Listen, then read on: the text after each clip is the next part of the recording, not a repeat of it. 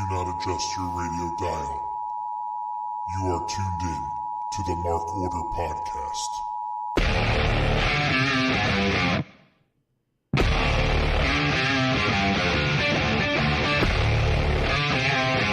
Join the Mark Order.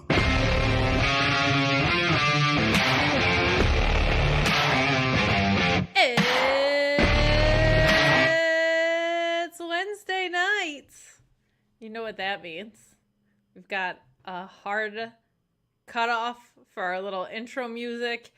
I don't know who I'm joined by on this stream today. This is not your usual Mark Order crew. I, of course, am Julia Hart / Kate grieving the Yankees World Series because I don't think they're coming back from that 5 runs on 2 outs. We'll see, but a pathetic collapse. So the original intention was for this to be like an angel of death coming for the Yankees, and then they ended up winning yesterday. So, but I am joined by Kushida or Asian Marty McFly. Pick your poison. It's just kind of a matter of which way Joe wants to go with it. You could switch halfway through the broadcast and you don't have to do anything, man. I could. The bad thing is I had all this stuff just laying around the house. That's great for you. That's great for you. And I'm joined by Captain Ray. That's what I thought we were going to be going for. These are familiar people, personas to the show. One mocking me, even though my hair's more red now. So ha ha ha on you. And the captain, by far the creepiest guy that we've ever had around here. So I don't know what that says about me, that you're impersonating me with the creepiest person you've ever been. But how are you, knock off me with a beard and a captain's hat? How we doing? Well, hello there. It's me, Ray, on a boat. And I am just looking forward to all those young men running across the boat. I'm not a perv or a ditz like that. I feel like that's unfair, but You're both. You're the boat and the hoe. now see that I can get behind a little bit more. But we have a lot to talk about and not a ton to talk about on the news and notes front. So we're gonna get into a couple of things right off the bat that happened on tonight's show with these 2 clowns that I am co-hosting with here. One is actually pretty cool. He's fucking Marty McFly. And the other one is a cheap imitation of me. So On a boat, telling lots of people they can't say no because of the implication. I should think of a Kate system or maybe a rate system. Like a Yes, I would like to point out for anyone listening, this is an imitation of Kate. This is very specifically my imitation of Kate. There was a week I wasn't here. The first week that you were on board that I wasn't here, I think. Or maybe it was the first time I had like an extended absence. You chose to just fill in for me with the blonde wig, which honestly not the worst wig. Not like the worst Kate wig. Like my hair looks like that when it's blonde. So that's not terrible. Admittedly. No, I would like it's an to excellent think wig. I don't Wait, have wig. This is my real hair. I would like to think I don't have like the stubble going on that you got, the facial hair.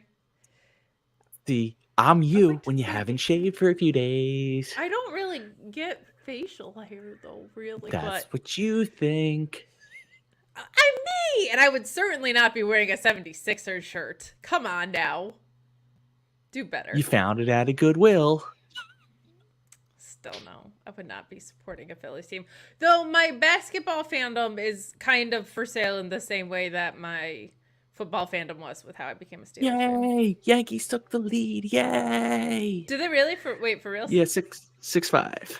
Who homered? Because we only score on homers. Oh, no, you had people on base. Oh yeah? Okay. Let me look. Stanton hit a sac fly. No for, way. Soto to Stanton score. getting an RBI, get out of town.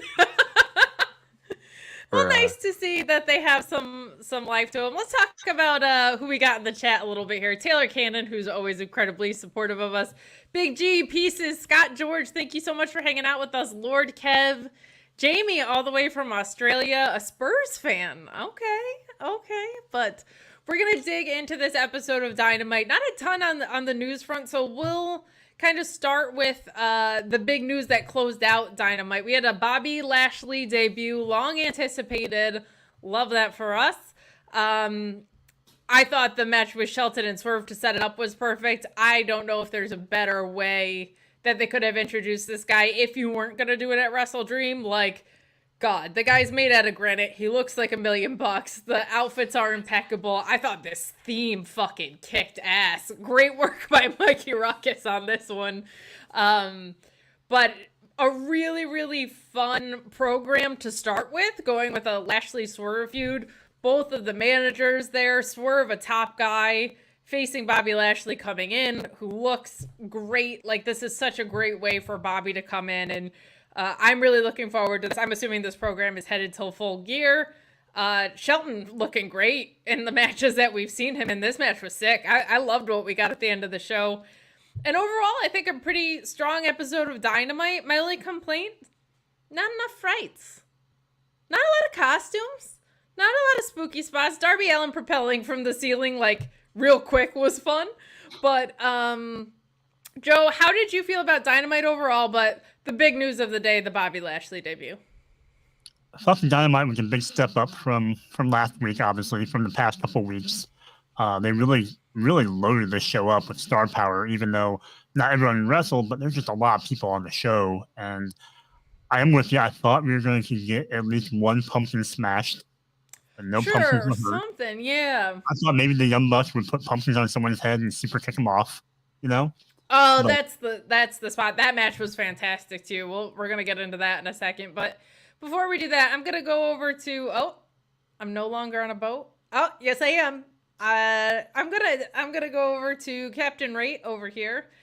Since you're known for rating things on a fun scale, perhaps. Well, I guess you're not, but our friend Ryan. Who's I'll do my best impression of Ryan. I would jump off of a bridge if I really sounded like that. Oh my God, I might have just peed a little. 4 out of 4 funds.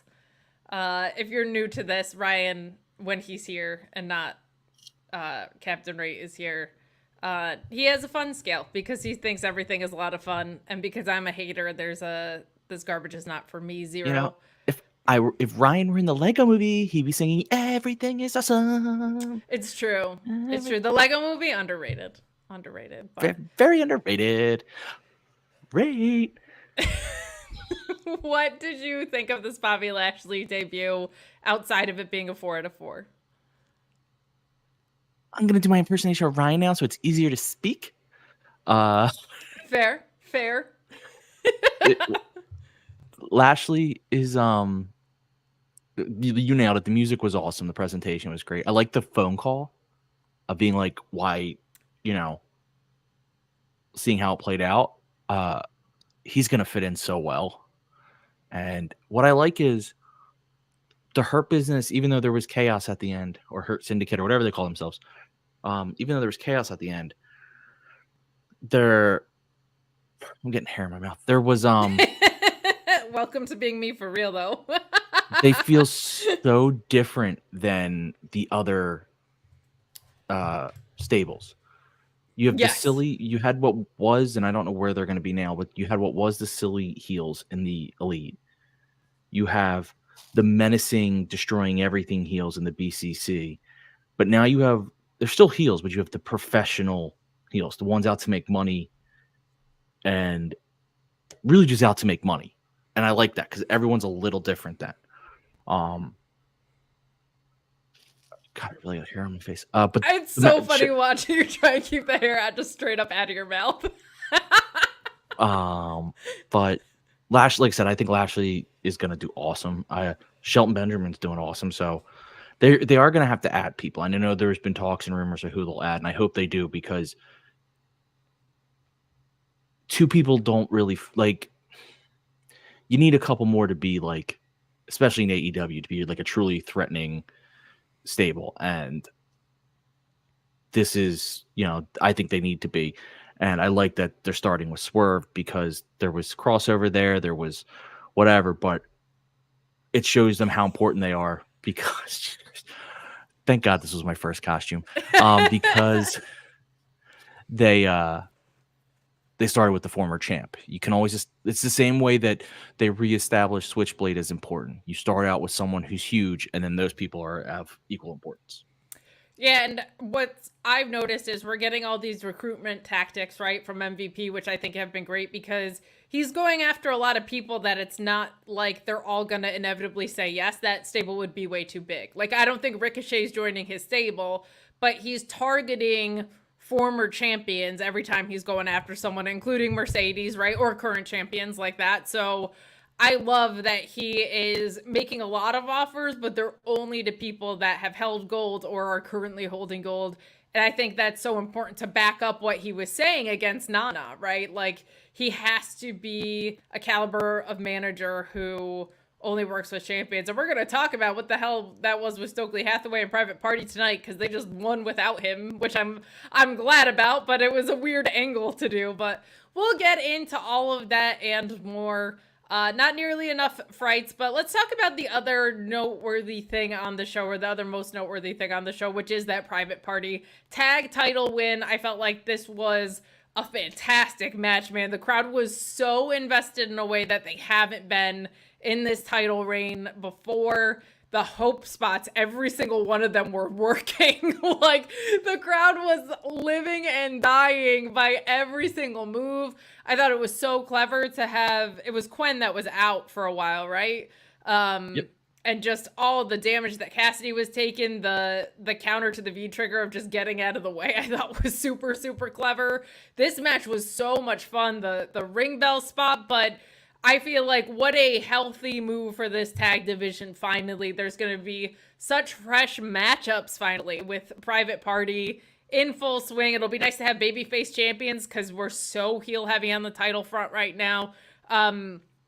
We'll start back with me. No offense, Joe. I'm just kind of partial to myself, and we started with you last time. But I think this was a win all around. It's kind of fun that they did this on Dynamite since they didn't do it on the pay-per-view. I like the feeling that titles can change hands on Dynamite. They're trying to get live attendance up, right? Let's assume that things can be super interesting on weekly television too. There was a little bit more story behind it because of the initial loss on pay-per-view and then getting back here. What do you rate this? And also, are you as optimistic and enthused by this as I am? I felt like this was such a productive move tonight. Well, as I continue my Ryan impression. Kayfabe, brother. Kayfabe. Come on. No, this is Rate doing her Ryan impression. Honestly, dead on. So I don't know what you're talking about, Cushy Joe. I rated a 4. Oh my God, I may have just peed a little. This match was awesome. I wasn't the biggest fan of how they initially brought Private Party into this, only because they'd been losing. I start playing with my hair. And there's a lot of losing upward right now that they need to correct. If they had been winning, I would have just give them a bunch of wins, even if they're against lower card teams or whatever. Just let them win, and we see them winning. However, that loss against the Bucks, they did have a couple key wins, and that loss against the Bucks, where they were so close, somehow just changed. Even though it was a loss, it changed it where I think they can do this. So agreed. It was such a productive loss in that way. Yeah. Yes. And this match was so well laid out. That Cassidy just refusing to quit, but I also love that they pointed out that Stokely called Cassidy the breakout star. He's gonna be the singles guy or whatever. But I like it was that Quinn made that save. Yes, very much. And that was huge because he came in and made it all work. So I really think that fits, and it really freshens up the tag division to have them win. Ryan doing his impression of me, or Rate doing the impression of Ryan, however you want to look at it. Seeing what's happening with your hair right now. Now people can finally understand why I'm always fiddling with my hair on podcasts and why it's pulled back so often. But Joe, we had a double stipulation on this match, right? It was either this team wins or they break up. And I wanted them to win anyway because I felt like it was the right move. But on the other side of that, I was like, no, this is one of the few tag teams that's working, that's over. This is someone we want in that tag mix. Men's singles division is plenty loaded, especially right now. We finally have like the healthiest roster that we've had in a long time, especially hopefully Omega is on his way back. So what did you think about this match and the win? And also, were you as like, they have to win because I'm repelling the other stipulation with this too? Yeah, I thought the stipulation I felt telegraphed it a little bit for me. Just I couldn't imagine them being singles people. To your point, there's a lot of young singles talent right now that they're pushing. So if they were to break up, they would kind of get lost in the shuffle. So they need more younger tag team to ascend to the top. And having this, passing of the torch moment where the Young Bucks have pretty much lose to a team that probably looked a lot like them as far as their charisma and their in-ring ability. It probably was a lot like wrestling them from, a decade ago or, 15 years ago. And to see, and even to have that little sign of respect at the end of the match, I think that's a good nod. And to Big G's point about him not liking all the false finishes, I'm not usually a big fan of them, but they worked really, really well in this match. And when the crowd isn't tired of them, that means that team is super over. Mm-hmm. And I mean, you couldn't ask for a better way to, propel Private Party to another level. I agree. And it's funny, like I've had my complaints about the middle to the end of this Young Bucks run. I really liked what was going on in the beginning, but somewhere around that Blood and Guts match, it started to fall apart. You know how they fixed it? Reminding us they're one of the best tag teams in the world and putting them in the frickin' ring. Because every time that they're in the ring, they give great matches. And I think the chemistry tonight was just, I'll say it, dynamite between these two teams. I thought the pay-per-view match was great too, but whoever produced this, I would love to know, because I'm with you, Joe. Like the layout of this match was great. I personally am a big false finishes gal. Like when they're done this well, I'm really into it. But just hearing the crowd be this alive for tag team wrestling again was such a refreshing thing. But good. I will also say what helped them was the fact that the Young Bucks had split up SCU at some point in their run in AEW. So it wasn't out of the realm that AEW would use the Bucks to split up a popular team. 100%. And also like all the everything that happened tournament wise. And yeah, that's a really good shout. Ryan, Kate, Rate, Captain Rate. But some really, really good and productive stuff that happened tonight in this tag team division, and a really strong Dynamite. We're going to get into more of it. Now that there's a few more of you piled in here, we're going to ask you to leave a thumbs up on this video if you could. It helps people find us in the algorithm. And, I don't know if there's anything about us right now that's going to grab people's attention on a thumbnail. Like, it's kind of, we just look so average and normal. So if you could leave a thumbs up, that would be so helpful. We thank you for chatting along with us. Please hang out with us. Keep those comments coming. If you're listening in audio form too, please leave a 5-star review across audio platforms. That would be so lovely. But right now, we're going to take a quick commercial break. We have a ton to talk about with this episode. It was jam-packed. Adam Cole looked great in his return. So much to talk about on the way. But take a listen to our friends at the Shining Wizards Network, and we'll be back with more. Sorry, I'm a little slow because I can't see that well. We'd like to thank each and every one of you for tuning in every Monday night to listen to The Shining Wizards. If you'd like to continue to support us outside of listening, we've got a few ways for you to do that. If you shop at Amazon, go over to amazon.shiningwizards.com, do your shopping as usual, and when you make your purchase, a little bit of that purchase price will go back to support the show. If you like to wear t-shirts, merch.shiningwizards.com will take you to our Pro Wrestling Tees store, where we've got over a dozen great designs from over 11 years of professional wrestling podcasting. You can become a Patreon supporter at patreon.com/wizardspodcast, where each and every week we call out your name as one of our show producers, and the more you support us, the more things that you're entitled to receive, and believe me, they are fantastic. If you can't support us monetarily, if you don't shop at Amazon, that's absolutely fine. Continue to listen to us wherever you listen to us on the World Wide Web, and make sure you like, rate, review, subscribe, do all that good stuff. Doesn't cost you anything, helps us out, and we can continue to bring you the love fest that is The Shining Wizards. What's up, folks? It's your boy, the Impact Player, Mr. Philly Ray, inviting all of you to check out the Turnbuckle Throwbacks Wrestling Podcast. Join us as we cover all things current in the world of pro wrestling, as well as paying homage to the old school, the squared circle. So listen in and find out why we are the recognized symbol of excellence in sports entertainment broadcasting. Find us on all social media platforms and anywhere you get your podcast from. And as always, we are the proudest members of the Shining Wizards Network and Rant Entertainment Media. Are you tired of being lied to every day by the mainstream media? Do you want to know what's really going on in the world? Do you want to make up your own mind about things and not be told what to think or say? Then listen to Inconclusive Breakdown, a weekly anti-PC look at the world of entertainment and current events, brought to you without censorship or filters. You can find us everywhere you listen to podcasts, BitChute, and on ShiningWizardsNetwork.com. And also, we're a proud member of the Shining Wizards Network. Got 30 minutes to kill? Come check out 30 Screams or Less, where we review a horror movie in 30 minutes or less. We cover new movies and old ones too. We'll give our honest thoughts on the movie, good or shit, as well as a rating of each one that we watch. New episodes weekly, available on the Shining Wizards Network and wherever you listen to your favorite podcasts. I'm Steve. And I'm Corey. Come check us out at 30 Screams or Less.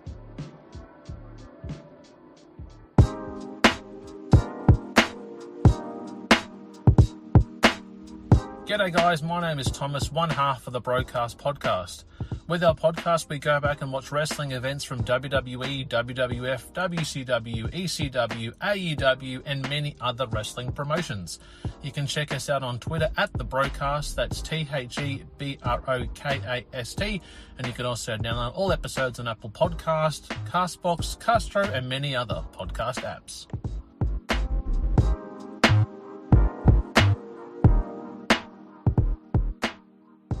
If you like your music heavy, then check out Radioactive Metal on the Shining Wizards Network. For over 16 years now, Radioactive Metal has been one of the longest running podcasts. Over the years, we've interviewed some legendary metal acts, had some awesome discussions, and cranked a hell of a lot of tunes.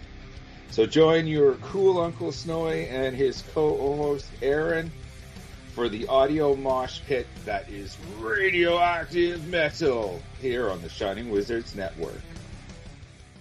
Well, the action is underway!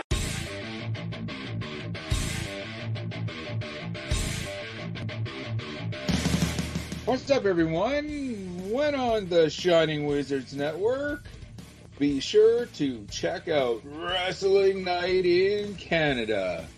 If we're not recording another kick-ass podcast, Or playing in punk bands.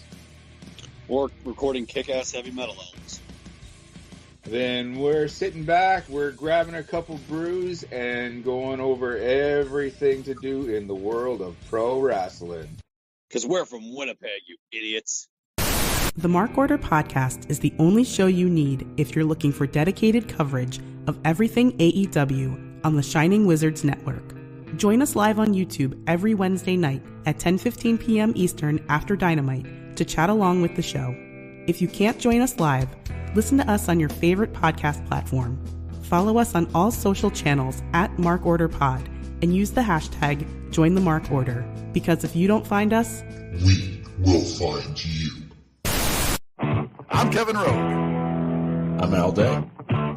And we're a couple of down under pounders that co-host Rogue Day Dots, an action figure collecting podcast where we talk about, well, just about anything that tickles our fancy at any given moment. We're grumpy old men, and sometimes people get on our nerves. And when you get on our nerves, guess what?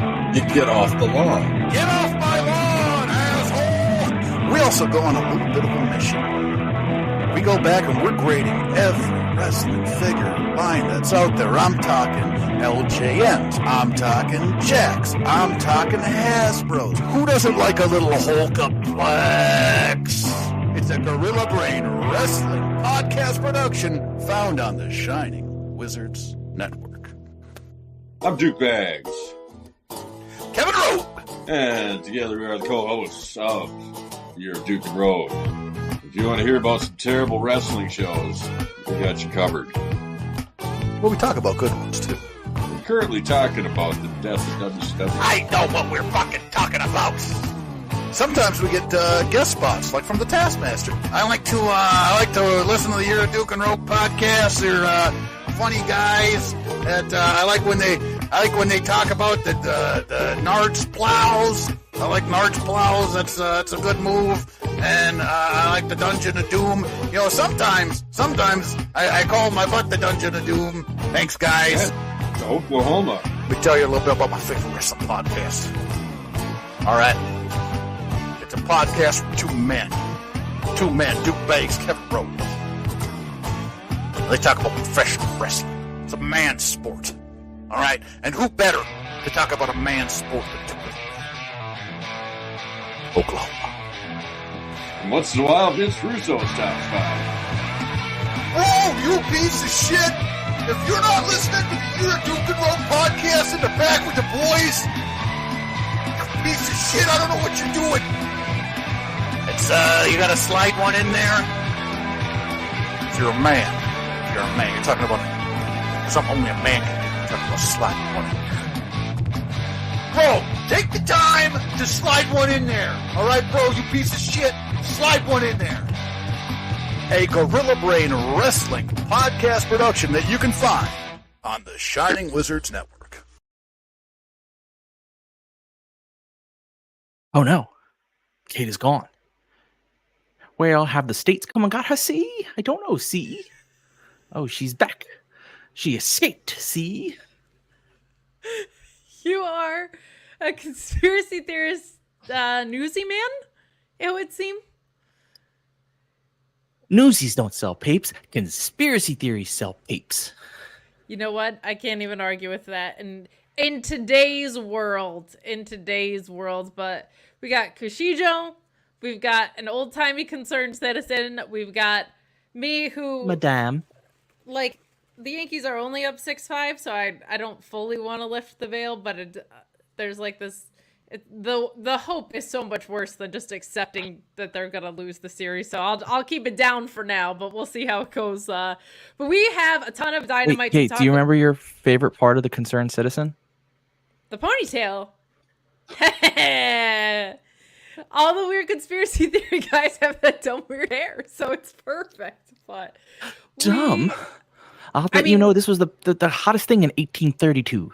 I don't doubt that, because my friend Ryan has a blog called Here for History, and I'm sure he's gonna do a hairstyles entry sometime. But what an episode! You of may Dynamite. be looking for stupid entries, and that's not a bad idea. I'm gonna get the show going now. But no, we got so much to talk about. We had the Adam Cole in-ring return. We have Mark Davis returning in this episode, the Bobby Lashley debut, and so much more. I felt like tonight was a home run of an episode. I still have some problems with the structure. There was only one match in the entire first hour. It was long and it was a banger, but still feeling very, very talky. I would like to see AEW get back to more matches, especially when you have things like,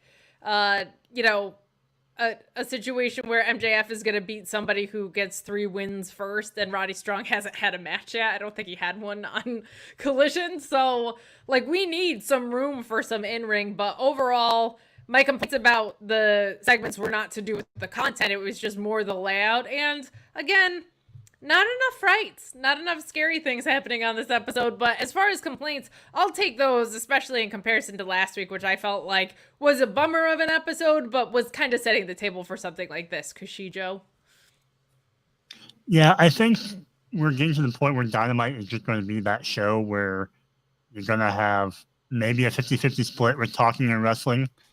And, I know a long time ago, Collision was always going to be the heavy wrestling show.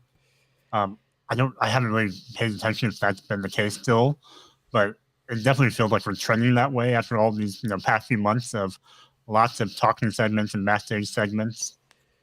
Well, the problem with that is 2 things. One, we're getting a Continental Classic again, as far as I know. So that's going to have to change by nature, right? Like the C2 is just round robin matches and a ton of them.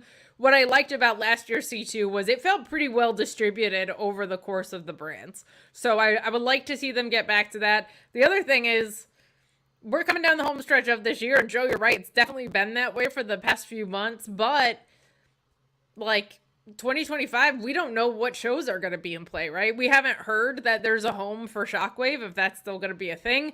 Last I had heard, it was something that was a plethora of options, not less options. So it's just a matter, I think, of where and when it lands. If it lands on Fox, they might say, let's not even bother until after college football, right? So let's not bump out Friday nights.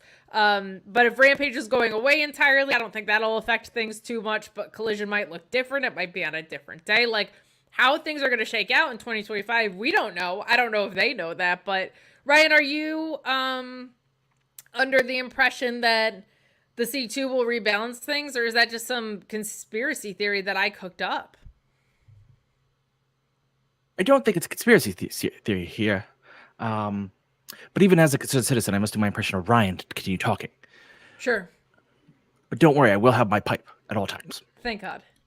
I don't know if the C2 will rebalance things, but they need something to rebalance things. Listen, I loved tonight's episode. I thought it was great. I can't find where I saw the comment. Someone saying like tonight's episode was a good version of what they tried to do last week. It is, actually. That's a fair thing. You can't keep doing this. This isn't what your fans signed up for. This isn't what they want. Like you said, WWE is doing this twice a week, and they're doing it well now. So why are you trying to do it too? Now, that being said, they've now done 2 weeks where they've set up a lot of story. In theory, in a conspiracy theory, they could go multiple weeks now heavy on matches and not need to tell as much story because they've laid the foundation. So if the idea going forward were to be, we'll take time, couple weeks to lay foundation, then we'll have extended periods of just really a lot of wrestling, I'm okay with that. Sure. But it can't be this week after week. Otherwise, someone's trying to bring down the company, see? I agree with you, and I will say this episode still flew by, even though it was not wrestling heavy. I think because the matches they did have had a lot of time, so that was helpful. It still felt like there was a lot of breathing room, even though there were a ton of segments. 2 of them did. 2 of them did, yeah. We're going to talk about what didn't happen in the women's match in a little bit. But before we dive into this Orange Cassidy promo, which kicked off the show in a really fun way, Eric Freed's with a great question for the concerned citizen. How did Ryan let Ophelia win at Quizplex? If you want to give a quick plug to Quizplex, too, from our friends over at Love Wrestling. See, as a concerned citizen, I must tell you, even I love Quizplex. It's a charity wrestling game show. You go, you donate some money to a good charity of your choice or the winner's choice, usually, and then you can rig the game show in your favor. Ophelia only beat me once. However, Ryan's candidate, I am definitely not Ryan. No. Ryan's candidate won last night in Little Mean Kathleen. Though I must say, she nailed the final question on her own. And guess what the budget was for Boogeyman's Worms in WWE? Either of you two have a guess if you didn't watch? $47. Or is it US dollars? What kind of currency are we talking about? US dollars. Okay. How much do you think, Joe? Per year, per show? I think it was per year based on the number I saw. 654. Oh, you were both a very, very low. Now, this is according to Court Bauer, so we got to take it with a big grain of salt. Sure. But it was $30,000. $30,000 for Worms? And she guessed it exactly. You go on an exotic vacation, you'll get worms for free. You know what I mean? Just eat some bad food, see? Ah? You know what, Kate? I just realized that a difference between old-timey concerned citizen and Ryan is it sounds like old-timey concerned citizen surprisingly supports women. If he's supporting Ophelia winning. No, that was Ryan who donated for LMK. Oh, okay. Interesting. Ryan really speaking for Ryan's. I'll speak for Ryan for a second. He does not. His whole goal with LMK was to have it so she would win and get 0 questions right, and that had been the case.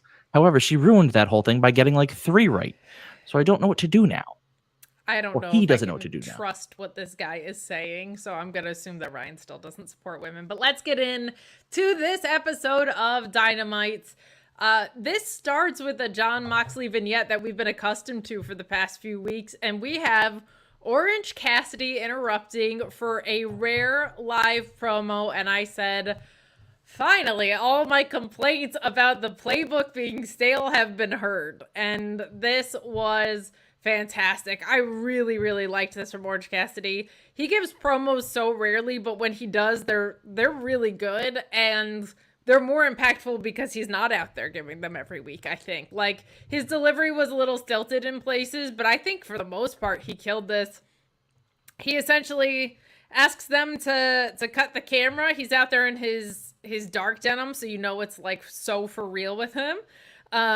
But he says he doesn't like doing this. He doesn't consider himself a leader, but he watched Chuck Taylor get his neck crushed, and he looked around and realized he was surrounded by the future of AEW, and that they are very young, and that they have no idea how much danger they're in. But he says that he doesn't exist without AEW, which I said I think means that AEW is his parents.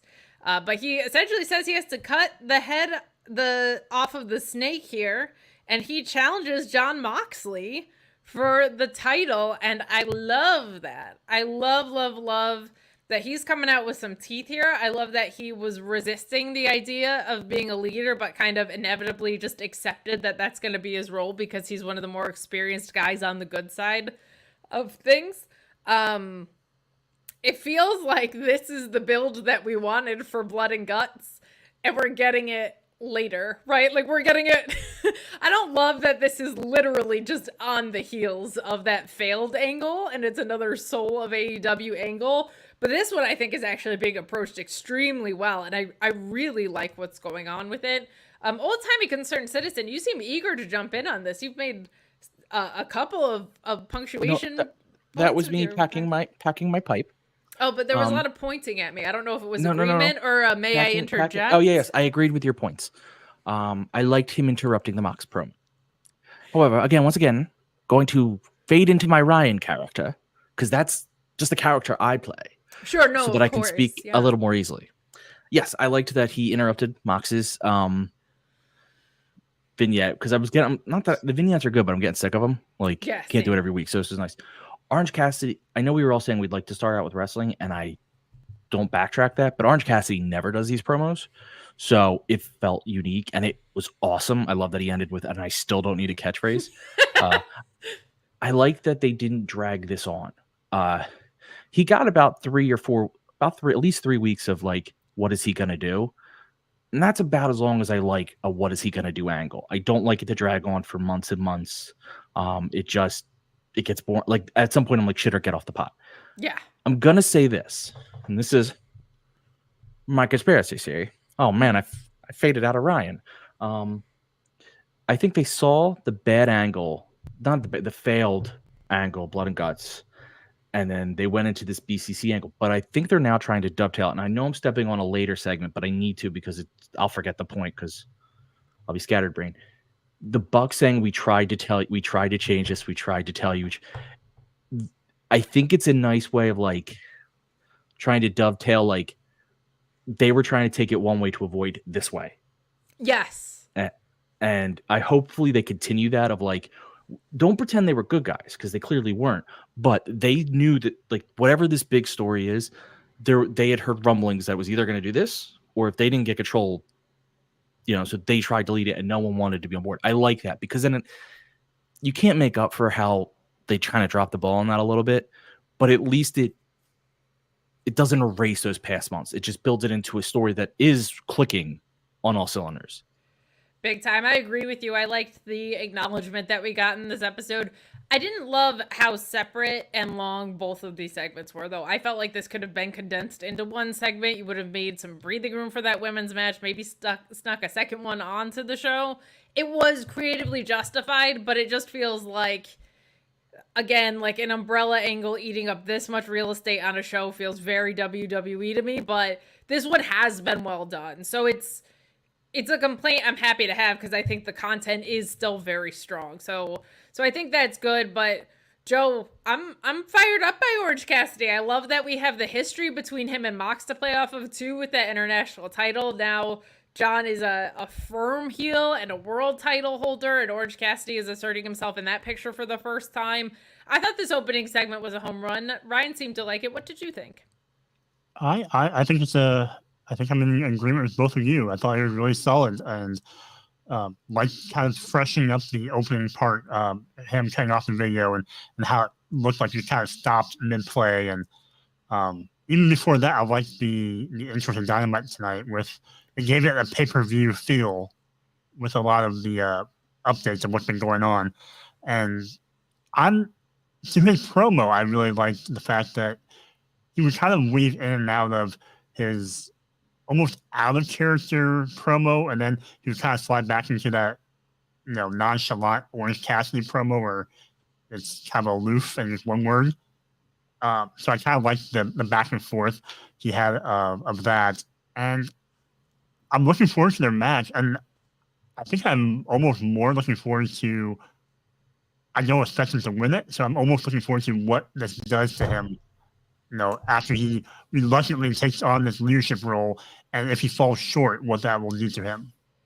I'm intrigued by that too, and I also am curious to see if it goes to, is he going to face Claudio and Wheeler, his former best friend, and all this too? We're going to talk about the Wheeler thing in a little bit, but does Orange Cassidy have to go through this stable almost in reverse, or how does that happen? Who's up next for Mox? Is it Darby, and then Darby gets put out so bad, and then in real life he goes and climbs Everest? I'm intrigued by what's being done for everybody involved, so I'm with you. And I also, your point about it going between a little bit more passionate and aloof, I love the sunglasses coming off is now we're getting real deal, and then he throws them back on and he's a little bit more chill. Yeah, exactly. I was gonna say we kind of have that vibe going on tonight. You're casually weighing in, and then when it gets serious you can throw them back on. But really strong start. I'm wondering who the man behind the glasses is, though. It's Koshijo. It's literally. It's Koshijo. Okay, I was confused. Where'd he go? He went back to the future. But I've been begging for them. Thank you so much. Begging for them to freshen up the playbook. They did, and they did right away tonight. There's a couple of things that they did very productive tonight, but we move to this Mercedes Moné and Camille segment backstage with Renee Paquette, who, man, this woman's just trying to do her job, but everybody's being so mean and cutting her off this episode. But do you blame them? Her husband is causing mayhem. I know, but you don't think she knows about it? Renee's the best. I'm more. I think she's in on it. I think she's in on it. Well, of course you do, but I'm concerned for Renee. If anything, they've got a baby at home, but really strong segment here. I like these. Some people aren't on board with the Mercedes delivery and character, but I feel for this it fits, and I've loved the relationship with her and Camille. But she's basically just putting over Camille and Chris in this. I really like what she says about Chris. She's strong, but she can't hold a candle to Camille. She acknowledges that Chris is a threat, but is have you seen my gal though? Which I liked in this. And Renee wishes her good luck, and she gets offended by that. She does not need luck. So I like what's being sown here.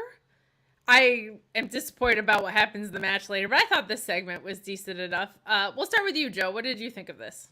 Yeah, no harm, no foul with this segment. I think when Mercedes isn't wrestling, I think she does the role of kind of being a mouthpiece for herself and for Camille, and to get themselves over and also get their opponent over. I think she does a really good job at that. And, we've talked about how she does that wherever she's at, whether it's here, New Japan, in promotion. So I think it's a good use of her.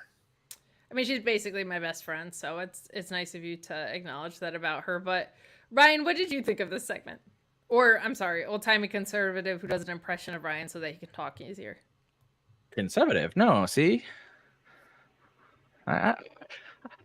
I'm no conservative. I'm not a progressive citizen. Sorry. I do not vote. The government is rigged. I mean, you're arguing a show with a woman and an Asian, so I guess you're not that conservative. Thank you. I mean, I And can't from vote. what I'm I have from- no rights right now. So Yes, and- I'm letting a woman speak. I'm crazy. I'm a concerned citizen. What Concerned did citizen you... is concerned for the Yankees right now. Oh God. Bases loaded, no outs, top of the 8th. Of course. But Kane Lee's that in, being right? said, I really enjoyed this Mercedes thing. Like you said, not everyone's into her style, but I actually think it works when she's a heel because she is kind of WWE in her cadence and stuff. But like, it makes her hateable because it stands out in this company. In WWE, it's kind of what everyone sounds like, but for her here, it stands out, and I like that because it makes her different. And you're right, she put them both over, and I think Camille looked like a badass, just kind of standing there. Like, in some ways, having Mercedes talk for her makes Camille look more like a badass. Like, yeah, she's just there to wreck people. She's not there to talk, right? Oh, Kane Lee watched the bases loaded. Another great call by the brilliant Aaron Boone. Let's just leave him in there to walk the bases loaded. Let's just talk about this match now because it was so short and so much of it was in picture-in-picture, unfortunately. But we do have Chris Statlander beating Camille. The Saturday Night Fever as a reversal to the Tombstone Pile Driver is so cool. This being 6 minutes and 40 seconds is inexcusable when you had this much talking on the show.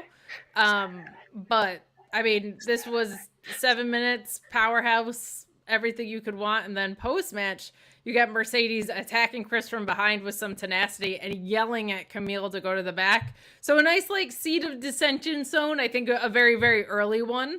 But Mercedes does not like to lose, man. So that is, unfortunately, like, there's an Anna Jay vignette later, but that's all the women's action you get for the night, where the men's and tag matches, which was a title match, so that's fair. Got a ton of time. But Joe, what did you think of this match? Was the collision of these two powerhouses enough for you? I feel like it also got hurt by being in picture-in-picture. It felt like we were back in old AEW women's match days.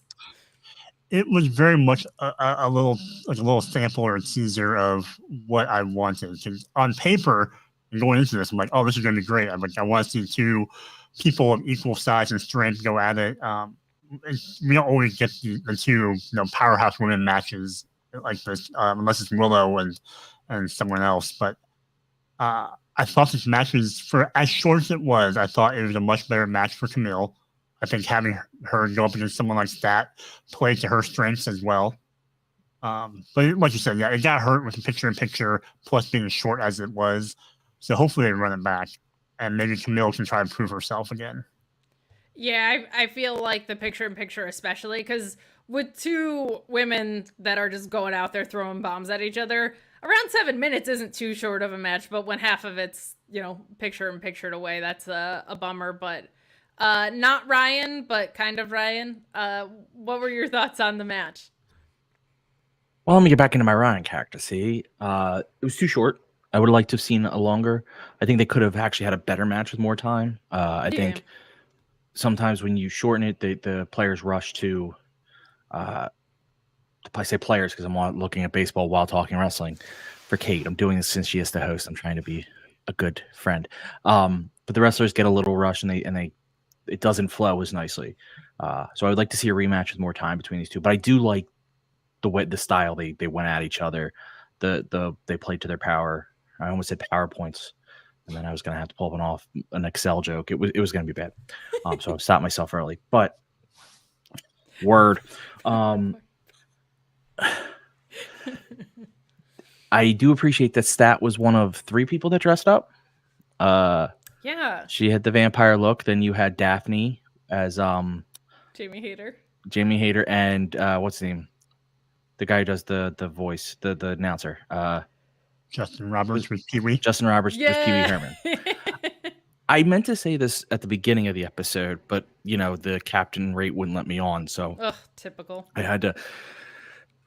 I know a lot of fans hate it, but I personally love when WWE does like a trick or treat match or a whatever. It's like it's for a holiday. It's fun. Like I like the silliness every now and again for that stuff. Like. You know what it is they do too many sillies in a row in WWE, I think, where you have Halloween, you have Thanksgiving, which is usually like a food fight, and then you have a Christmas street fight or whatever. They have 3 in a month, but they also now have 5 special guest referees matches since SummerSlam, so like they don't care. But see, I don't even mind those 3 if it's for a holiday. Sure, I can understand getting fatigued on it because it's like you just switched the thing out. I more like it if like 6-6. There's on and out. Sacrifice fly. Oh, okay. Sorry, I'm just reading the chat. So 1 out, 6-6, 1 out in the 8th. 1 first and third. Oh, good. So they tagged up too. Awesome. I more like it when they work stuff in, like when they do candy corn instead of tax or things like that. Like I think that's fun. Yeah, I mean that's you don't have to do an entire match, but like Joe said, have this Young Bucks super kick a pumpkin off someone. That is fun. Yes, that I'm extremely for. They just, you know what it was? They set the bar so high so early with the Stay Puft moment that it's just like it's like Kofi Kingston in the Royal Rumble. Like I'm now expecting that spot. I'm expecting something like that. Not to mention like you have of course like the Nyla and the shark costume. Like they've had so many great gimmicky moments that now that's my expectation. But let's move back to this episode of Dynamite. Adam Cole, baby, in the ring with Bud Matt, and holy hell did these two show out. This was so much fun. It was so nice to see Buddy Matthews in a longer singles match than we're used to. This got a lot of time as Adam Cole's in-ring return should. But this was built around the idea of Adam Cole is too fragile. And there's a spot in the match where he appears to re-injure himself. He limps off after Doc Sampson's like, it's not worth it, man. It's not worth the long-term damage. And then Bud Matt is like, you're a bitch. And Adam Cole's like, hell no, I'm not. And he gets back in there and they start doing the we're wailing punches at each other's spot, which is great. That is so corny and I loved every second of it. It's the most textbook babyface and heel work. But this match I thought was fantastic. The superplex by Matthews in this was nuts. Your sunset flip attempt from Cole, but Matthews rolling through and snapping the ankle I thought was extremely well done. A great way to get to where attacking that. But Adam Cole lowers the boom, hits the 1, 2, 3 on that. Some really good stuff. Some really good stuff in this match. We'll start with Joe. I thought this was great. It took Cole a minute to settle in. That might have even been storytelling, but he looked like a little bit hesitant at first, and then it felt like he really got going on this.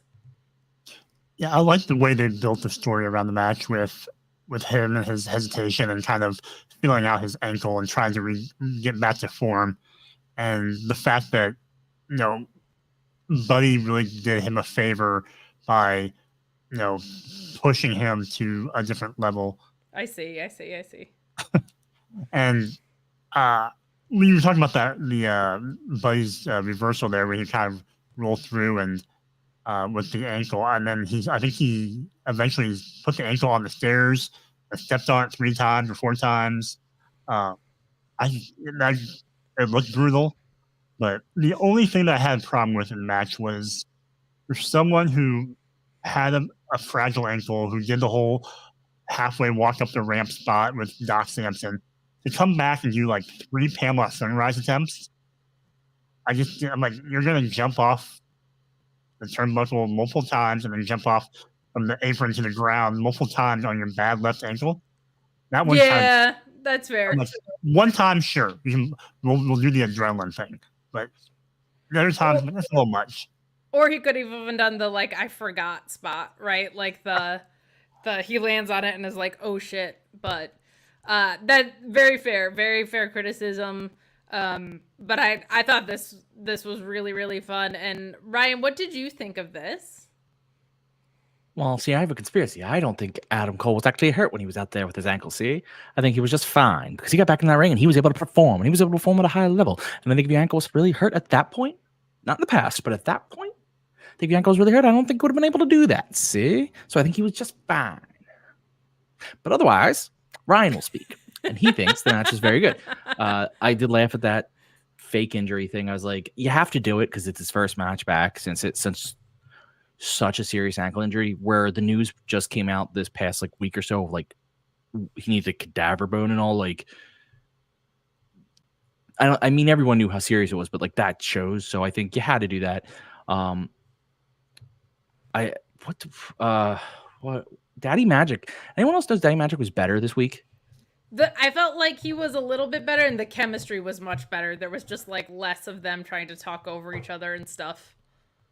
I just think like in this match he was better. Like he actually provided some wrestling insight, like talking about getting used to the boot, stuff like that.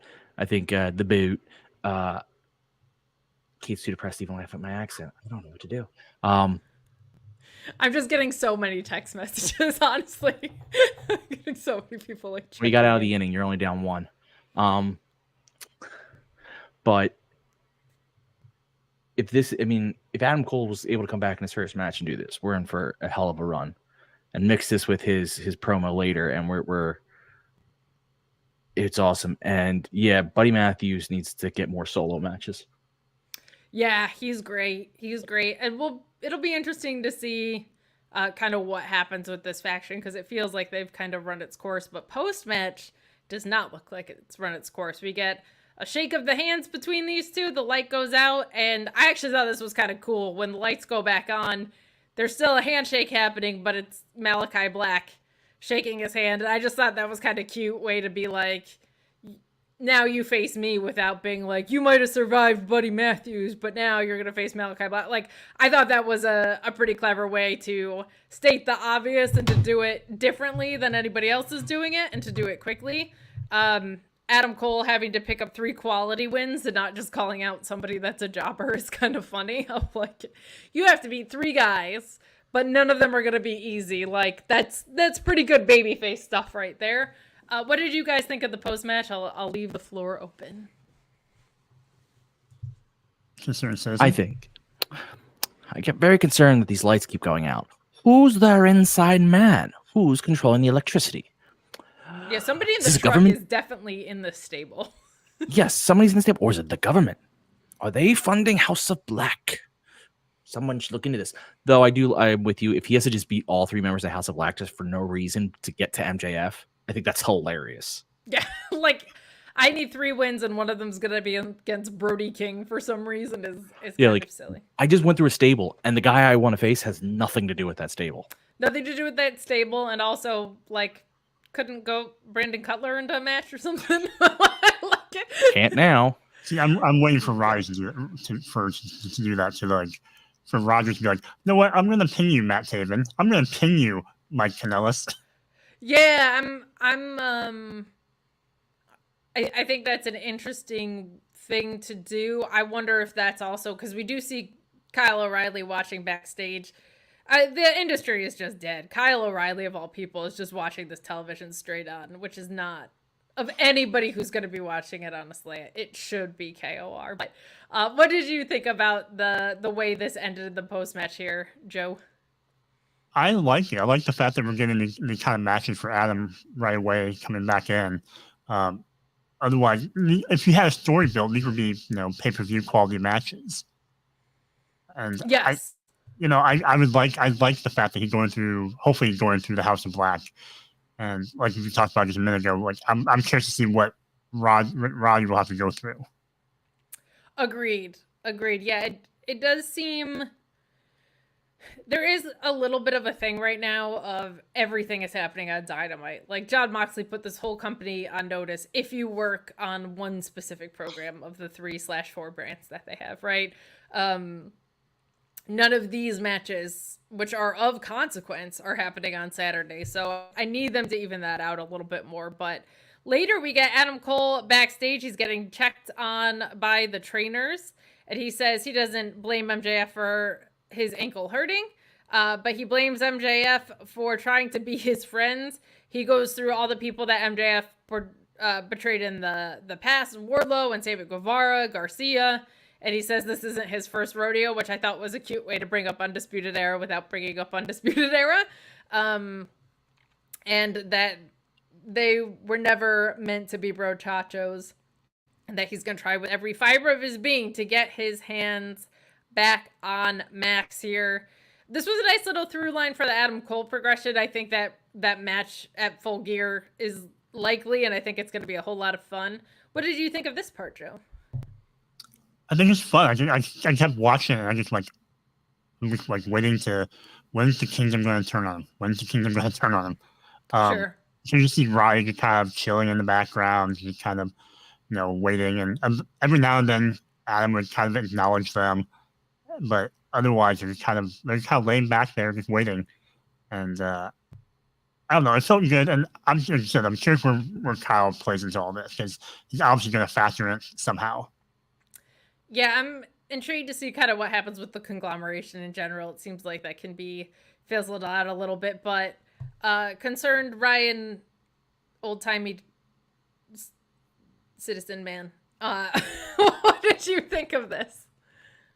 This seems like a little bit of a, I don't even want to call it revisionist history. I think someone's straight out lying. Adam Cole might be a sociopath. Oh, I just did it because you hurt other friends, so I forced you to be my friend so that I could hurt you first. That's sociopathic. That's fair. I mean, I get it. He's the babyface now, and he had some logic of like, I knew you were going to betray me, so I just got to you first. But like, you did the punch. Yep. Yeah, but it still feels like he's the one who made that friendship happen. I think it's good because it's something that MJF can fire back with.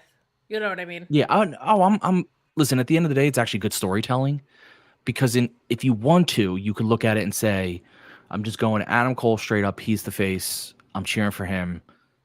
Yes, MJF was going to betray him. He's right. Or you can see the truth behind the curtain, that Adam Cole's a sociopath and MJF did nothing wrong. Pick your poison is the way that it goes there, but we're gonna move along. Guys, please leave a thumbs up on this video if you would be so kind. I'm gonna need all the thumbs ups we can get because the Yankee season is gonna end on a catcher's interference. We have some more happening backstage, a lot of backstage segments, or a lot of like advancements of stories that happened really quick. I think we could use some vignettes for some of this stuff, but we do have a Mark Davis return in this, which was so great. Don Callis and Kyle Fletcher come to the ring. Kyle Fletcher says he's got something to say, and he calls out Will Ospreay, but it's not Will Ospreay that comes out. We hear Aussie, Aussie, Aussie. I missed that theme. I love that theme. And pleasant surprise, Mark Davis comes out, and this is short and sweet, but really well done. Kyle Fletcher, of course, with his new bald look. But he says, I don't even know who you are anymore, man. You have changed. And that they used to be a united family. They were a united empire. And Will never cared for Davis or Fletcher. But you can't forget about Will because he hasn't forgotten about him. But Kyle remembers that Mark had a spot for him in the family. What family? Mark Davis says. So this was a great way to bring back Mark Davis. I think he might seduce him to the face side just in time for Australia. And I think that could get really, really interesting because he's killing this heel thing right now. But I think this is a fair one to slow burn. I'm assuming Mark Davis's appearance means he's either ready to go right now or will be heading into that Grand Slam show in Australia. Concerned Citizen Man, what did you think of the Mark Davis return? This was a genuine surprise to me, and I thought it was really well done. So you mean to tell me Mark Davis got from Australia and into that building, and Kyle had no idea? Suspicious. Mind you, suspicious. You seem to be a little suspicious of everything, Concerned Citizen. I don't know why, but I know that Ryan likes this, and Ryan thinks this is, like you said, it's going to be a slow burn to Kyle turning back to face, reuniting the Empire. I think the Callis family or someone, I don't even know if it's the Callis family, but someone's going to really put Will and Mark Davis in a very bad position, and Kyle's going to have to save the day. So you're saying where there's a will, there's a way. Are you reading my mind? Do I have to see if you're part of a government agency? I am. I'll just make it really easy for you. You don't have to be that concerned. Joe, what did you think of this Mark Davis return? I was genuinely surprised. Were you surprised? I was. I felt like we've heard kind of rumblings that he was getting close to being able to return. But I didn't even think about him popping up tonight. So pleasant surprise. He looked great. Looking forward to where this is going. You guys are kind of leaning more towards the slow burn of Kyle returning to face. I kind of thought maybe Davis would kind of go the other way, even though he really doesn't fit in the family. But I like him better with Kyle. So I wherever Kyle's, I just want him to be there with him. I think a lot of people I saw were saying heel, and that also aligns with Private Party, right? Like if they're faces and they still have the titles going into Australia, if it's going to be a tag team win for them in Australia, which it doesn't have to be. They could do a trio with Will Ospreay, and they could be 6-man champs. Who knows, right? The problem there, though, and I just want to say, is that like the Callis family, Kyle is a singles guy. Like they've done this whole thing as like he's a singles guy in the Callis family. So it'd be weird to then bring in Mark Davis to either be a singles guy on his own because not that no one wants to see him wrestle, but like people want the team reunited. So it almost feels like Fletcher has to go back to being face so that he can go be a tag team member again. That, or they would have to do a lot of creative work, right? But they have a lot of time. So we will see. But they can always go back in time. They could go back to the future. Where did Joe go? We have Renee backstage with Hangman Page. The match is official for Full Gear. Page and White will meet in the second round of the AEW title tournament. And, Page beat White in the second round of the AEW title tournament. And when White comes back, he looks for Page, not the world title, which is pretty solid justification from Page, I thought. He says he's going to give him, he will give White beating him at Wrestle Dream. But there's no such thing as redemption. Not for you, not for Hangman. There are wins and losses, and there are consequences that come with them. That's how wrestling's supposed to be in my book. But he knows what Jay White's strategy is, but does Jay White know what Page will do, which I think is pretty fair. The man lit a house on fire, which he references here. He says he'll break his ankle if he needs to, but at Full Gear, he's going to be the one standing tall. Good stuff. Very, very rooted in both of their stories. I thought this was great. I like it when things are rooted in why'd you come for me instead of the title. Talk of wins and losses. This is my shit. I like wrestling that's based on this. What were your thoughts? We'll start with concerned Ryan. Why is Hangman not in jail? The man burned down a house. Who's paying for his bail? Who has earned his favor? We need to look at the government. But aside from that, at least they're justifying, like you said, why didn't you go this route? Why did you go to, why are you going after me? Like, what's the, like, you're right. That is a great justification of everything. Their match at Full Gear should be wild. I mean, I saw 3 outs. Sorry, I'm doing Joe like I don't finally know what wakes up and we can't get him in. Figures. Yeah, but it's just gonna be insane. I can't wait for it. That's all I could say. Joe, what did you think of this? I thought that Heyman has a really great way during the promo to make the feud feel like it's the biggest feud he's ever had. I feel like they're so intense. Like you would have thought they'd been feuding for, 8 years over something. And I don't know what, it just these promos makes them so personal and so violent. And I'm concerned about Juice Robinson being lit on fire. That's a fair concern, I think. So yeah, it's just that's my takeaway from Heyman. Yeah, he's done. I feel like this show has desperately missed Eddie Kingston for the reason you just said. Like, the ability to make things feel important immediately is not something that every wrestler can do, but damn, can heel Hangman do it. Like, killing it. Well, we get John Moxley and crew showing up. I gotta say, I'm not normally like a thirst over wrestlers gal, but this Claudio look, working for him. Working. He looked like a GQ model tonight, but he comes out. And John has the mic. Sorry, I just got a text from Sean. I had said to Sean, happy Shelton Benjamin versus Swerve Day, because I knew he was going to be excited for that. And he said I just got a text that just said, poured water all over my pants as a bit. So there you go. That just came up while I was reading. Sure, water and a bit. Hey, sure, water and a bit. That's what he wants you to believe. He peed his pants. If peeing your pants makes you cool, consider me Miles Davis. But that's disgusting. He says he doesn't expect Orange Cassidy or anybody to understand what they are doing, but they'll appreciate it in time. And he says, you challenged him for a title? No, John challenged Orange for a title when he had Chuck Taylor's neck in a chair, which I thought was really, really well done. They walked into the room and asked who's in charge, and everybody points to Orange Cassidy.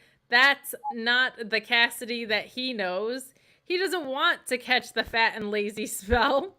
No, he has pushed Cassidy, and he hasn't even begun to walk in the valley yet. And he basically goes on to Pillmanize Wheeler Yuta. Orange Cassidy hits the ring immediately. And the numbers game starts to catch up, and here comes the Dark Order. You got John Silver getting his arm broken by John Moxley in this. You have Pac and Claudio trying to do to Orange Cassidy what they did to Chuck Taylor last week. But it's Darby Allin doing a Sting impression, immediately propelling so fast, which I thought was really well filmed. Top Flight come out. Leo Rush comes out. Private Party and Danny Garcia come out. So this is all really, really good stuff. I felt like this was very well done. In the dovetailing that Ryan referred to before happens here. This isn't a match or anything, so they're just kind of brawling all over the place. And the Young Bucks just kind of come out as a way to end that segment and head to the ring for their tag team match. And that's where you kind of get this told you so moment, which I thought was really, really well done. And we move right into the tag match. So a lot happening here. This did eat up a lot of real estate on the show, but it was a nice set they built tonight. Joe, what did you think?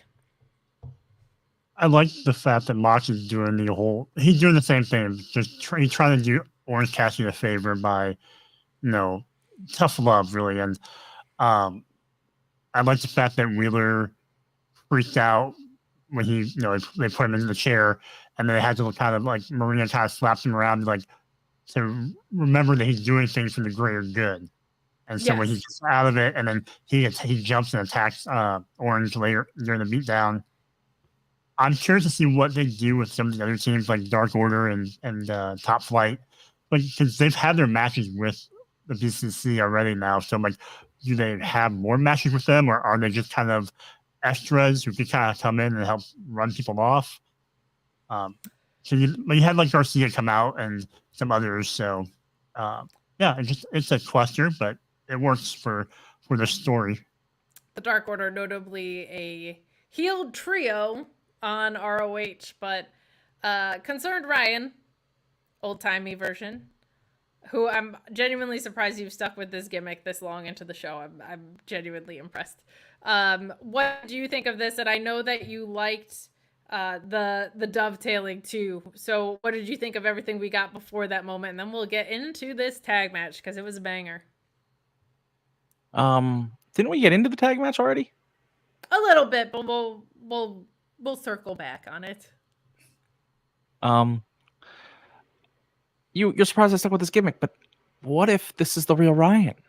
You don't know, do you? Sure. That being said, Darby looked like he was dead when he rappelled down from the rafters. Just kind of hanging there. And then he couldn't get it off. I like that, what's his name? Alex from the Dark Order came over. Was like, let me help get this off you because the thing is stuck to you. Yeah. And I like Joe pointing out that Wheeler had to be talked to and then he got in the fight. But what I liked about that was it wasn't the typical heel trick of like, oh, we're gonna hurt him. Fooled you, we were never gonna hurt him. Like, I'm glad it wasn't that it was like, no, this was gonna be a thing, and he's so, I don't know, indoctrinated into this culture of this group that like they could do that and he could just be okay with it. So it was a fun way of doing it. I'm with you. I wonder what they do with you guys, what they do with Top Flight and Dark Order. ROH doesn't exist, so that's not even a conspiracy theory. That's just true at this point. Yeah. So their heel status there doesn't matter. I kind of hope this is how they use this as a way to get like some momentum for these teams. So I know they've had their match and they're lost, but they can keep taking this and being like, we're getting our asses kicked. We gotta get better. Someone is holding us down. Let's find that madman. Get him. Agreed. Well, we did kind of already talk about that tag match, but a hell of a match that it was. I'm interested to see where the Stokely thing goes, and we don't have to harp on this match, but I did want to talk really quick about what might be coming up now that we have new tag team champions. Where do you guys think the Bucks go? Who do you want to see as contenders for these tag titles? I have a feeling FTR is probably going to lean heel soon. I would like to see Private Party versus FTR, but we got to get some fresh teams in this mix, right? So MXM being comedic heels is something that could be a very fun program with Private Party. Like that could go very silly places, but who do you guys want to see Private Party face, and what do you think is next for the Young Bucks? Their opponent is different. I can go, Joe. Yeah, I'm trying to think of a good heel opponent for Private Party off the bat. I think it would be someone relatively lower on the card initially, just so they can, get a win and build up their resume again. Maybe a certain citizen has something in mind, but for the Bucks, I think they go off TV for a little while based on what we see later tonight, and they come back later. Maybe Kenny comes back around that time. That could be a really good call. I think there's a dalliance waiting for Kenny Omega, but it is tough right now to think of heel credible tag teams because they've done such a piss poor job with this division of late. But there's possibilities of pulling from that fabled promotion ROH. Like you could just do the Iron Savages, or you could do I think Top Flight is waffling right now. Maybe that's where Stokely Hathaway goes to turn somebody to face them. They seem pretty involved in the face side of things, but I think there's possibilities there. Ryan, anybody off the top of your head that you can think is contenders against Private Party? Certainly you could pull from a faction. You could do someone from BCC. You could do someone from the Don Callis family. What the hell happened to Grizzled Young Vets? I don't know. They popped into mind, but like they just kind of went away. So I know they were on an appearance deal. I know they weren't like maybe they wanted to go back to England for a little bit because they are British. So that's the problem is like they're a great team where like there's instant whatever there and there's a level. Yes, Joel. Sorry, I just thought talking about teams. Cage and Archer. Oh yeah. They were talking about how they wanted to go after gold. So that could be. That's a good one. It's a decent win for Private Party. And we know that Archer is always a team person for a champ to be in a title defense. So it seems. I'm with you. That's a good call. That is a good call. I'm gonna dovetail this into the other Bucks section where they get chased out of the building after they shredded evidence. They likely go away for a couple weeks. I do find it suspicious, mind you. Where was Okada? He was in the room when they were shredding evidence, but he wasn't there when they ran. So there was a spot in here where he took out Quinn, right? And Rick Knox is an idiot and just assumed that Quinn took himself out, I guess. But he was suspiciously not a part of that angle that you were talking about. But what a match. What a fun thing. I think the Young Bucks have worn out their welcome with this gimmick. So if they go away until Kenny's ready to come back, I've got no problem with that. My question for Sister Citizen is, what do you think they were shredding? The plans. Just generically, the plans. The plans. Step 1, make money. What? Step 3, profit. Everyone has a plan, and they were destroying the plans. Fair enough. Well, we will go to this Penelope Ford and Jamie Hayter segment. Poor Renee, just trying to do her job again. And Penelope Ford points out that after 2 years, Ford is going to take everything from Jamie. And 2 years ago, Jamie says she should be so lucky that Tony Khan agreed to no physicality. And next week, we're going to get Jamie wiping the floor with Penelope. This is a perfectly fine just advancement segment. The big thing here is that Jamie Hayter looked like Daphne from Scooby-Doo, and it was great. Correct. And it bothers me that Penelope Ford's catchphrase isn't built for tough.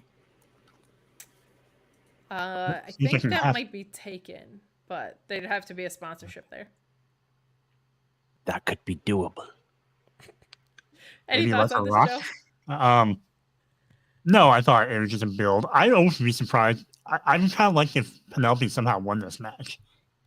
I think they could have a couple of matches. I think she could, for coming back. I think she needs the win more than Jamie does initially. So it's kind of tricky because I feel like right now there's like a lack of top contender faces on the women's side, and they have 2 heel champions.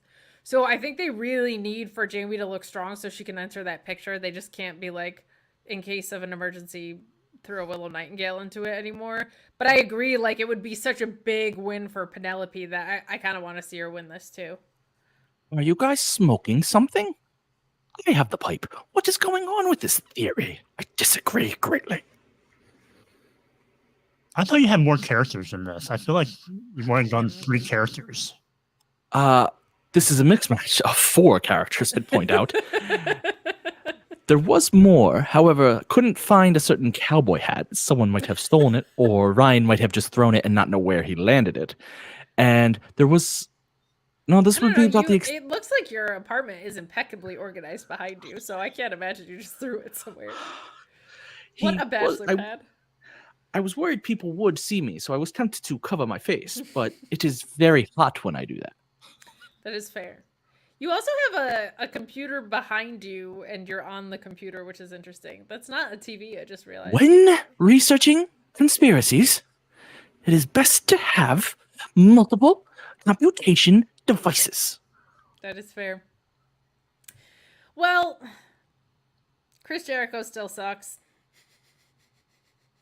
Not even a conspiracy, just truth. Just a fact at this point, yeah. He talks about how Meltzer gave his ladder match 4 stars, and he's a New Wave champion now, and he couldn't have done it without Big Bill and the Bad Apple. And much like Terrifier 3, Jericho was the quarterback in. He's the quarterback of AEW, and oh my god, I feel like I've been hearing this promo for 3 years at this point. Looks like we're gonna get a trilogy with Mark Briscoe. So it kind of feels like they're going to keep this going on until the C2 maybe, and Mark can take some losses in the C2 and then beat Jericho at Final Battle to win it back. I don't fucking know. Do you guys give a shit about this? I don't. I feel bad for Mark being stuck in the vortex, and I don't think anyone's underestimating Jericho's run as an ROH champion. I think he's overestimating himself. Yeah. And the line about taking ROH to places it's never been, I think rock bottom might be that place. It's true. It's true. You gotta burn it down to rebuild it. If he means taking it to places it's never been from like a title perspective, he could just show up on his own show, but doubt that'll happen. AJ's backstage, and they just kind of do a quick promo here. She's gotten a lot more comfortable since that Stardom excursion band. She really in every aspect, her footwork in the ring is better. She seems a little more comfortable on the mic. I think it's been beneficial for her, but she's just continuing to build here. not a lot to say about it, except for me, like, I think she just did a good job with this. Like, she just feels like she's really settled in. If you guys want to weigh in on anything. I think she just has done a good job of, taking the opportunity with, when you have Julia out, you have Sky Blue out, some other of the young talent in the women's division out. Her stepping up has been a real, not a surprise, but a real, something maybe that I hadn't had on my bingo cards initially for this year. Sure. Yeah, I agree. Ryan, do you think her talent is enough to overcome how absolutely hideous she looks? I don't know.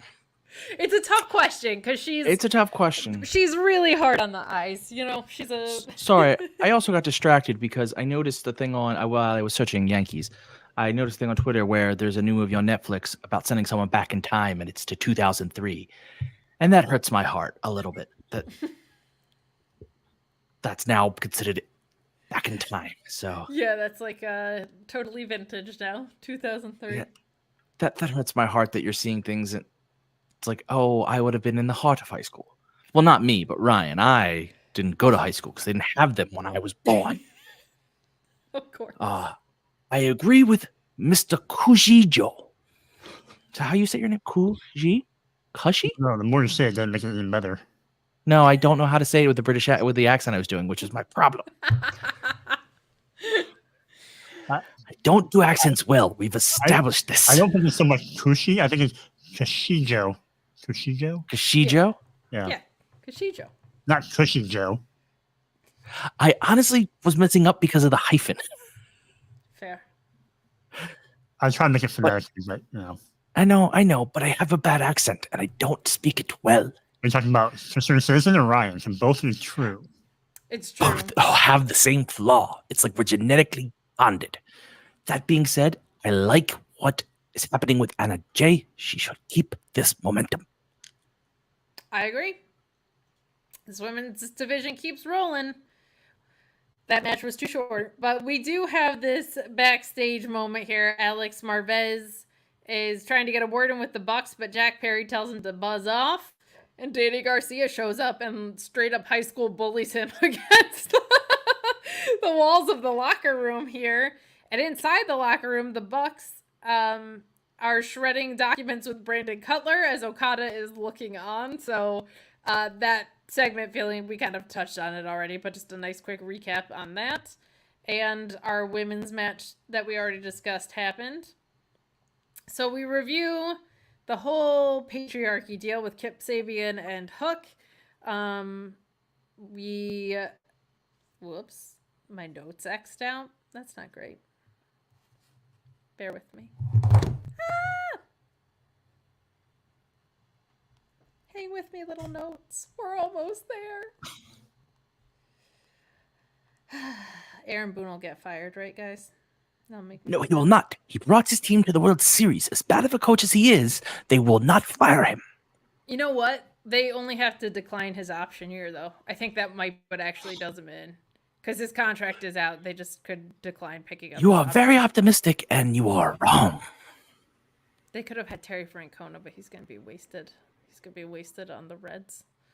KJ, what do you say? Anything for the downfall of the Yankees, I'm for. So, whatever. Keep Aaron Boone. Shay.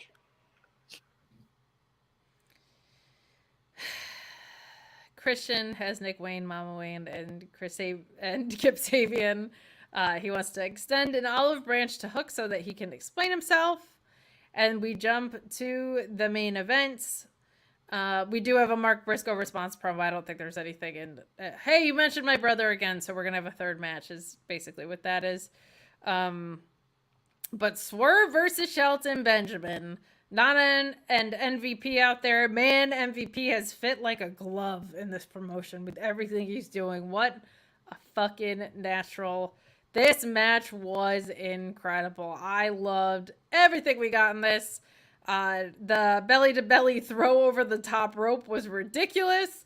I love Swerve kind of still, he's not totally comfortable being back in the ring after what happened with Adam Page. He's facing a monster in Shelton Benjamin. Shelton's like stalking Swerve in this and hits one of those incredible release German suplexes that he does. This had everything you would want in it, but Swerve wins. We get a flatliner at the end, but Swerve can't get the pin. Swerve goes up top, and Benjamin, what did I write? Swerve is up top, but Shelton Benjamin flies up to meet him, and then we get the Liger Bomb from Swerve and your Swerve Stomp to end it. I normally like the house call more than I like the Swerve Stomp, but for this sequence at the end, I thought this was perfect. Like, I really, really, really liked how this ended. And then post-match, MVP is on the phone with someone, and here comes Bobby Lashley. He looks great in this like maroon colored outfit that he has on. MVP chokes out Nana with his cane. Benjamin sends Strickland like directly into Bobby Lashley. He gets put in the Hurt Lock or whatever he's going to call it here now. But MVP grabs the mic and goes, "Guess who's back in business?"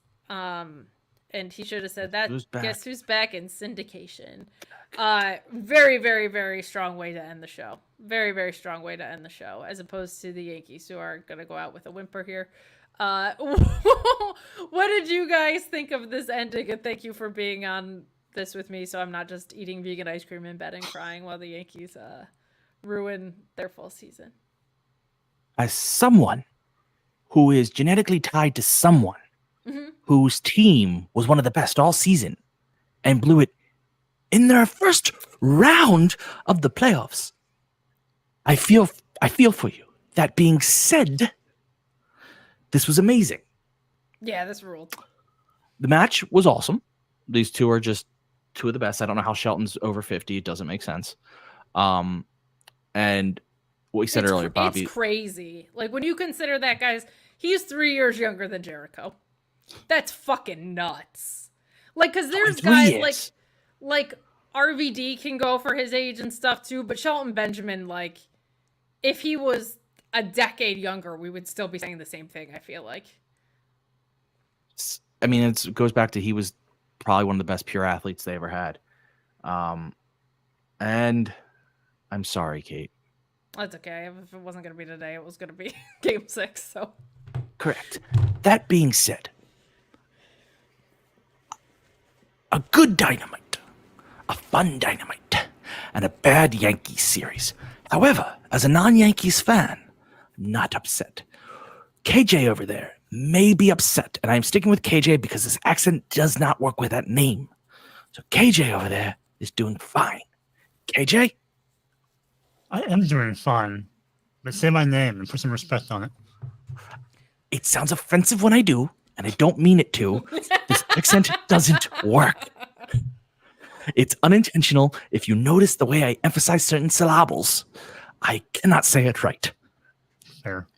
The match slapped. I mean, it showed what Shelton has always been a main event caliber singles guy, but he just never had some people believe enough in him as a singles wrestler to be a main event guy beyond mid card. I like the way the match was kind of built with Swerve being kind of the aggressor and kind of on the offense, trying to prove something, while Shelton kind of had like a sly look on his face, and he was very much on the defensive early on, and kind of, like he's done in earlier matches, just kind of toying with his opponent. And the one spot I guess I'll call out would be when Shelton kicks out of the 450, and then he carries him into a deadlift German suplex.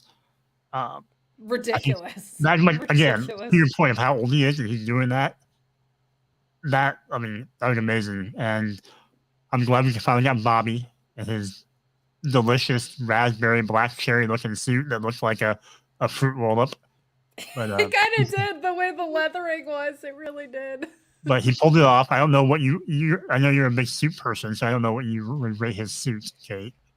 I mean, this was like a 9.5 out of 10 suit. And then on top of that, like, the way he came out and the music and the whole, the execution of the introduction of the Hurt Syndicate is one of the most perfect things that they've done in a really long time, in my opinion. Like, and they're really, I thought MVP they're going to be coming really out. motivated.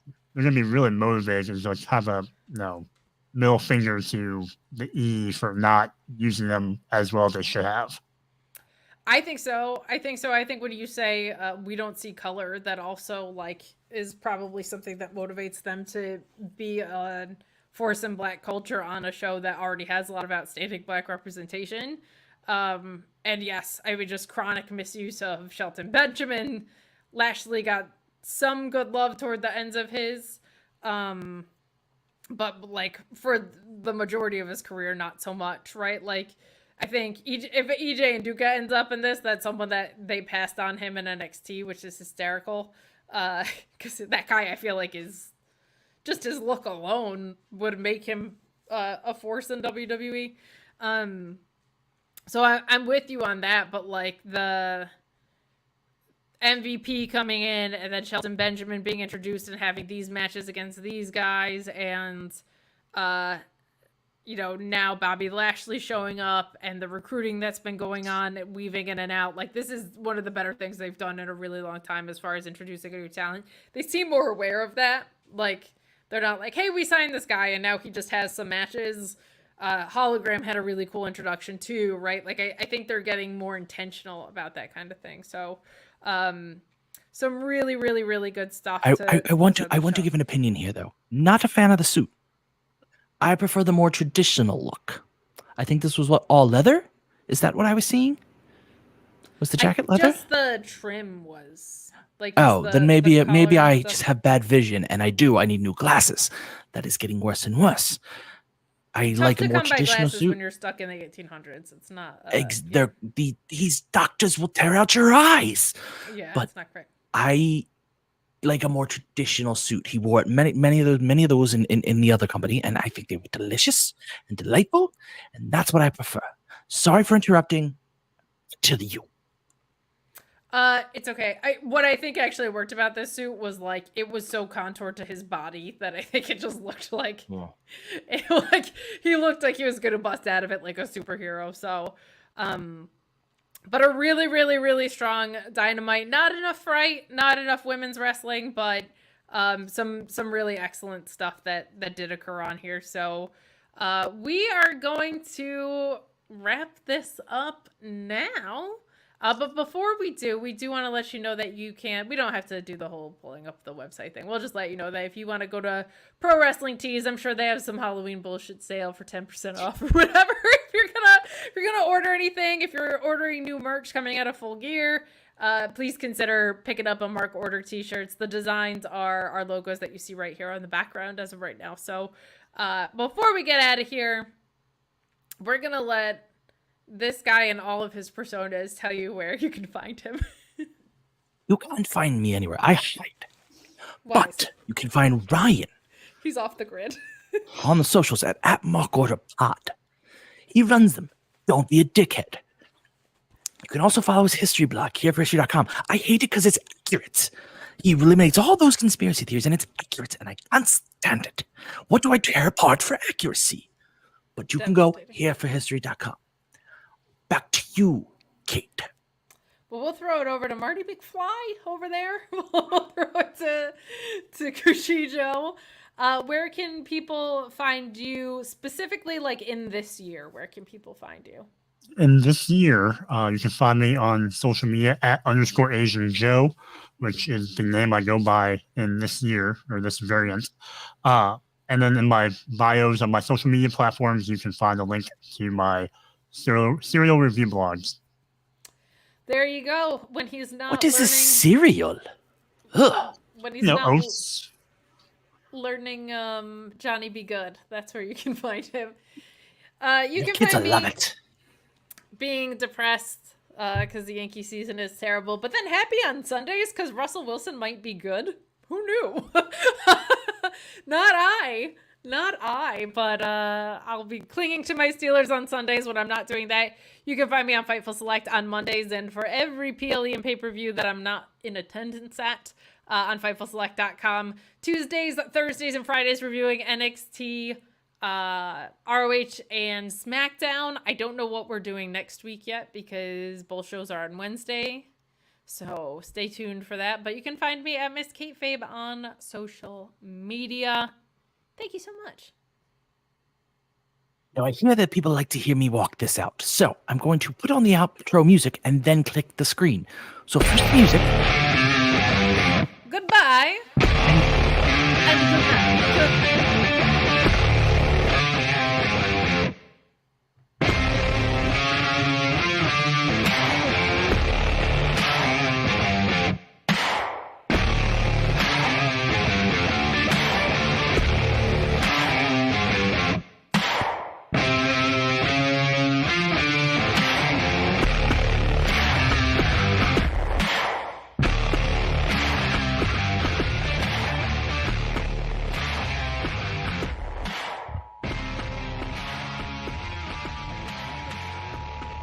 This concludes the Mark Order podcast.